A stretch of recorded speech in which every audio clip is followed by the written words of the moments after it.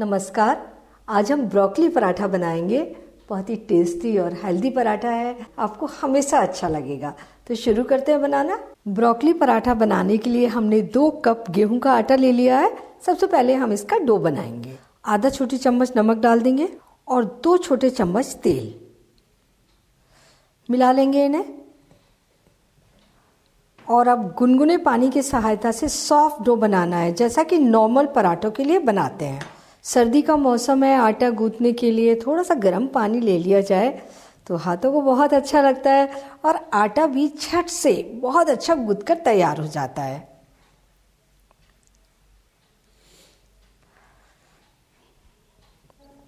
ये हमने soft dough बनाकर तैयार कर लिया और इतना डो लगाने में 1 कप पानी लिया था, 2 टेबल स्पून पानी बच गया है।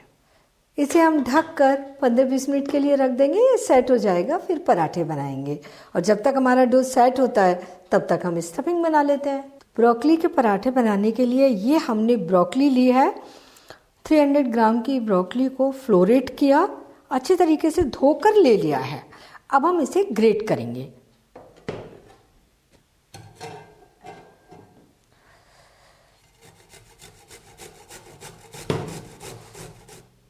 ब्रोकली ग्रेट हो गई। स्टफिंग बनाने के लिए ये पैन गरम कर लेंगे और इसमें डालेंगे 2 छोटे चम्मच तेल। गरम तेल में आधा छोटी चम्मच जीरा डालेंगे। फ्लेम धीमी कर देंगे और ये आधा छोटी चम्मच ग्रेटेड अदरक, आधा छोटी चम्मच अदरक का पेस्ट भी ले सकते हैं। और ये 2 हरे मिर्च बारीक कटे हुए, 1/4 छोटी चम्मच हल्दी पाउडर। हल्का सा भून लेते हैं ना। 1 छोटी चम्मच धनिया पाउडर मिला लेंगे।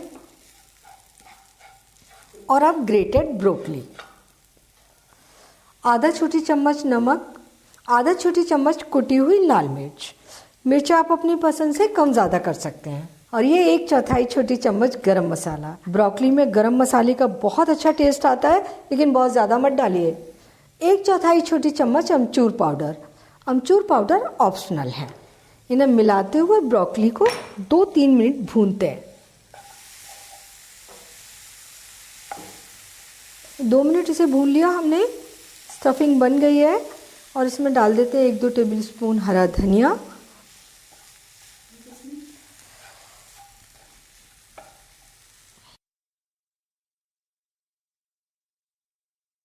बीस मिनट हो गए हैं, आटा भी सेट होकर तैयार है। हाथ पर थोड़ा सा तेल लेंगे और आटे को थोड़ा सा और मसलेंगे, स्मूथ कर लेंगे इसे।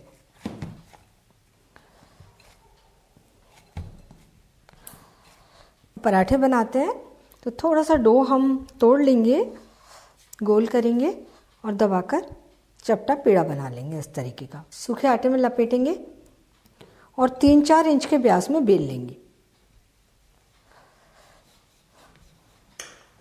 इसके ऊपर थोड़ा सा तेल डालेंगे, चारों ओर लगा देंगे और अब स्टफिंग रखेंगे।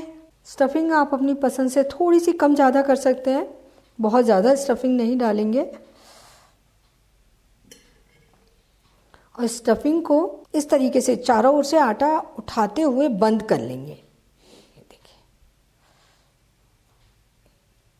उंगलियों से दबाएंगे इसे ताकि स्टफिंग चारों ओर एक जैसी फैल जाए।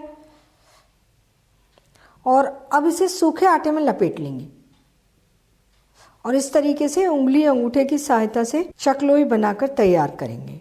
ऐसा करने से पराठा बेलते समय फटता नहीं है। उंगलियों से इस तरीके से थोड़ा सा बढ़ा लेते हैं पराठे को। देखिए कितना बड़ा हो गया ये। सूखा आटा लगाएंगे और पराठे को हल्के हाथ से बेलेंगे। प्रेशर बिल्कुल नहीं लगाना है, इसके अंदर स्टफिंग है, पराठा फट जाएगा।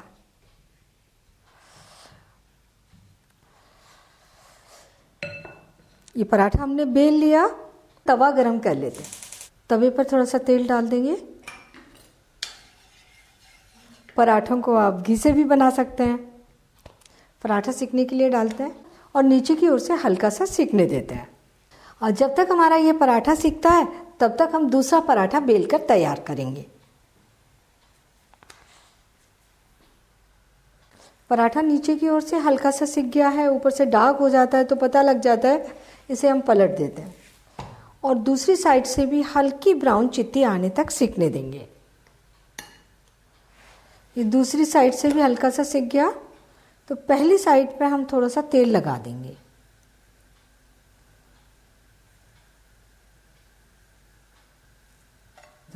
पराठे को पलट देते हैं और इस साइड पर भी थोड़ा सा तेल लगा देंगे।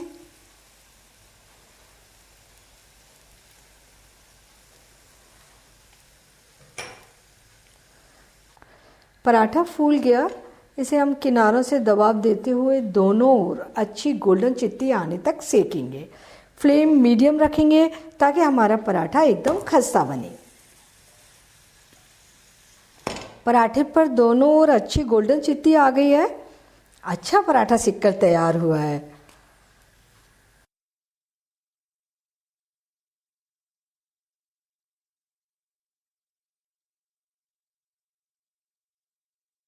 ये पराठे हमने सेक कर तैयार कर लिए और इतने डो से 6-7 पराठे बनकर तैयार हो जाएंगे। और अब हम ये प्याले इनके नीचे से हटा देते हैं क्योंकि निचला पराठा काफ़ी ठंडा हो गया है। गर्मा गर्म ब्रोकली पराठा बनकर तैयार है। इनके साथ में आप दही, अचार, चटनी या कोई भी ग्रेवी वाली सब्जी परोस दीजिए, सभी को बहुत अच्छे लगेंगे। तो आप ये पराठे बनाइए, खाइए और अपने अनुभव मेरे साथ शेयर कीजिए और मुझे ये भी बताइए कि मुझे आपके लिए कौन सी नई रेसिपी बनानी है और मेरे चैनल को सब्सक्राइब ज़रूर कीजिए।